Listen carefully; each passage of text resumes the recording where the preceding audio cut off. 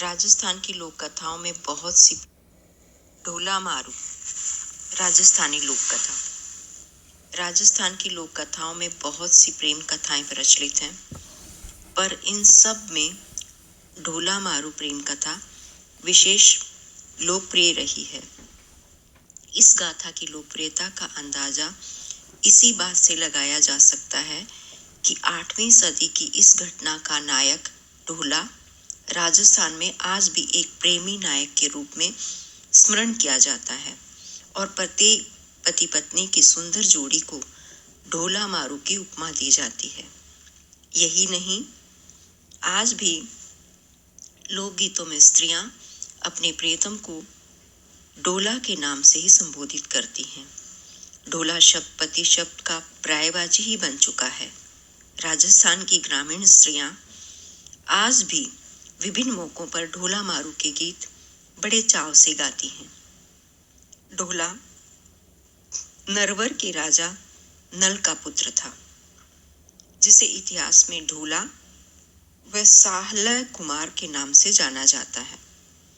ढोला का विवाह बालपन में जांगलू देश अर्थात बीकानेर के पुंगल नामक ठिकाने के स्वामी पंवार राजा पिंगल की पुत्री मारवणी के साथ हुआ।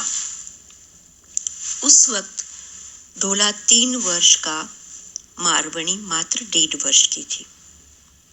इसलिए शादी के बाद मारवणी को ढोला के साथ नरवर नहीं भेजा गया।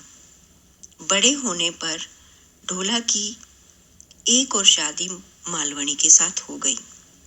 बचपन में हुई शादी के बारे को ढोला भी लगभग भूल चुका था। उधर जब मारवणी प्रौढ़ हुई तो माँ बाप ने उसे ले जाने के लिए ढोला को नरवर कई संदेश भेजे।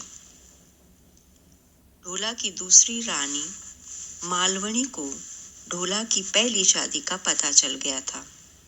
उसे ये भी पता चल गया था कि मारवणी जैसी बेहद खूबसूरत राजकुमारी कोई और नहीं, सो उसने डाह व ईर्ष्या के जलते राजा पिंगल द्वारा भेजा कोई भी संदेश ढोला तक पहुंचने ही नहीं दिया। वह संदेश वाहकों को ढोला तक पहुंचने से पहले ही मरवा डालती थी। उधर मारवणी के अंकुरित यौवन ने अपना रंग दिखाना शुरू किया। एक दिन उसे स्वप्न में अपने प्रियतम ढोला के दर्शन हुए। उसके बाद तो वह ढोला के वियोग में जलती रही। उसे न खाने में रुचि रही, न किसी और कार्य में। उसकी हालत देख उसकी माँ ने राजा पिंगल से ढोला को फिर से संदेश भेजने का आग्रह किया। इस बार राजा पिंगल ने सोचा, संदेश वाहक को तो मालवणी मरवा डालती है, इसलिए इस बार क्यों न किसी चतुर ढोली को नरवर भेजा जाए, जो गाने के बहाने ढोला तक संदेश पहुंचा उस मारवणी के साथ हुई उसकी शादी की याद दिला दे। जब ढोली नरवर के लिए रवाना हो रहा था, तब मारवणी ने उसे अपने पास बुलाकर मारू राग में दोहे बनाकर दिए और समझाया कि कैसे ढोला के मुख जाकर गाकर सुनाना है। ढोली गायक ने मारवणी को वचन दिया कि वह जीता रहा तो ढोला को जरूर लेकर आएगा और मर गया तो वहीं का होकर रह जाएगा। चतुर ढोली याचक बनकर किसी तरह नरवर में ढोला के महल तक पहुंचने में कामयाब हो गया और रात होते ही उसने ऊंची आवाज में गाना शुरू किया। उस रात बादल छा रहे थे। अंधेरी रात में बिजलियां चमक रही थी। झीनी झीनी पड़ती वर्षा की फुहारों के शांत वातावरण में ढोली ने मल्हार राग में गाना शुरू किया। ऐसे सुहाने मौसम में ढोली की मल्हार राग का मधुर संगीत ढोला के कानों में गूंजने लगा और ढोला फन उठाए नाक की भांति राग पर झूमने लगा। तब ढोली ने साफ शब्दों में गाया, ढोला नरवर सेरिया धन पुंगल गलियां। गीत में पुंगल व मारवणी का नाम सुनते ही ढोला चौंका और उसे बालपन में हुई शादी की याद ताजा हो गई। ढोली ने तो मल्हार व मारू राग में मारवणी के रूप का वर्णन ऐसे किया जैसे पुस्तक खोलकर सामने कर दी हो। उसे सुनकर ढोला तड़फ उठा। दाढ़ी ढोली पूरी रात गाता रहा। सुबह ढोला ने उसे बुलाकर पूछा तो उसने पुंगल से लाया मारवणी का पूरा संदेश सुनाते हुए बताया कि कैसे मारवणी उसके वियोग में जल रही है। आखिर ढोला ने मारवणी को लाने हेतु पुंगल जाने का निश्चय किया, पर मारवणी ने उसे रोक दिया।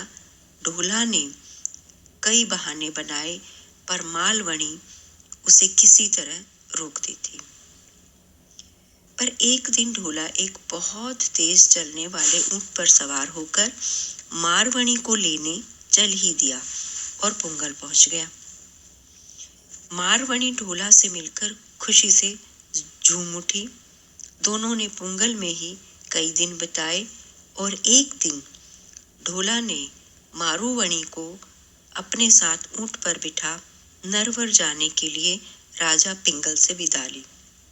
कहते हैं रास्ते में रेगिस्तान में मारूवणी को सांप ने काट खाया, पर शिव पार्वती ने आकर मारूवणी को जीवन दान दे दिया। आगे बढ़ने पर ढोला उमर सुमरा के षड्यंत्र में फंस गया। उमर सुमरा ढोला को घात से मारकर मारूवणी को हासिल करना चाहता था, सो वह उसके रास्ते में जाजम बिछा महफिल जमाकर बैठ गया। ढोला जब उधर से गुजरा तो उमर ने उससे मनुहार की और ढोला को रोक लिया। ढोला ने मारूवणी को ऊंट पर बैठे रहने दिया और खुद उमर के साथ अमल की मनुहार लेने बैठ गया।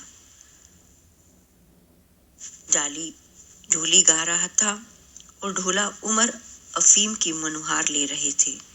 उमर सुमरा के षड्यंत्र का ज्ञान ढोली की पत्नी को था, वह भी पुंगल की बेटी थी, सो उसने चुपके से इस षड्यंत्र के बारे में मारूवणी को बता दिया।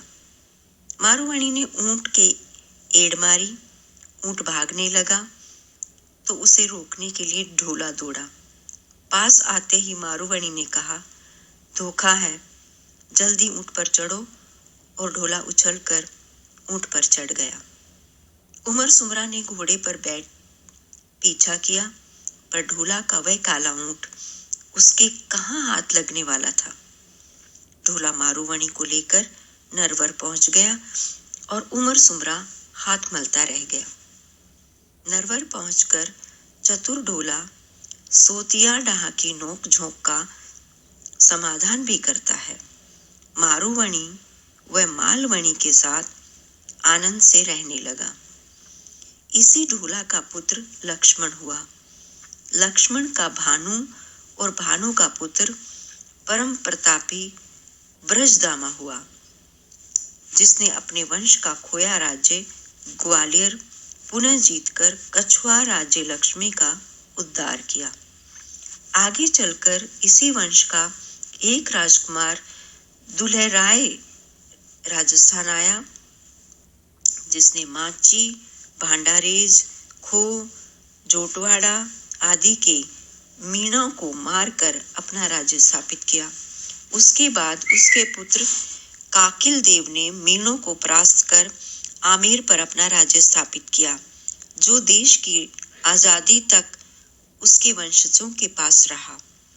यही नहीं, इसके वंशजों में स्वर्गीय भैरव सिंह जी शेखावत इस देश के उपराष्ट्रपति बने।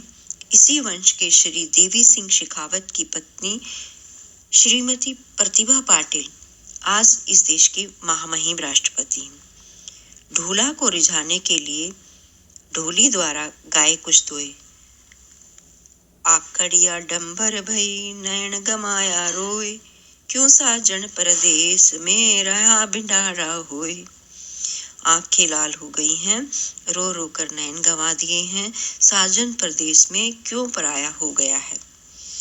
दूजन बहन सांभरी मना न बिसारे, कुंजा लाल बचाए जूं खिण खिण चितारे।